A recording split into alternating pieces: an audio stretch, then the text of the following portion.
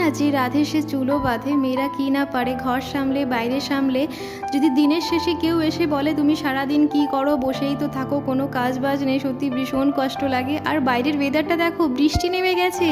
এই গরমের মধ্যে যদি বৃষ্টি দেখা হয় না, সত্যি মনটা ভীষণ ভালো লাগে। আমি রান্না বান্না ছেড়ে চলে গেলাম ছাদে দৌড়ে, বৃষ্টি হলেই আমি ছাদে দৌড়ে চলে যাই। বেলা বৃষ্টি হচ্ছিল, বৌদিকে বললাম চলো ডিমের ডেভিল করি। আগের দিনের 2টো ডিম সেদ্ধ রাখা ছিল, আর সকালবেলা ভাতের সাথে আলু সেদ্ধ রেখেছিলাম। স্টাফিংটা আগের থেকে রেডি করে দিয়েছিলাম যাতে সন্ধ্যাবেলা কোনো ঝামেলাঝাটি না হয়।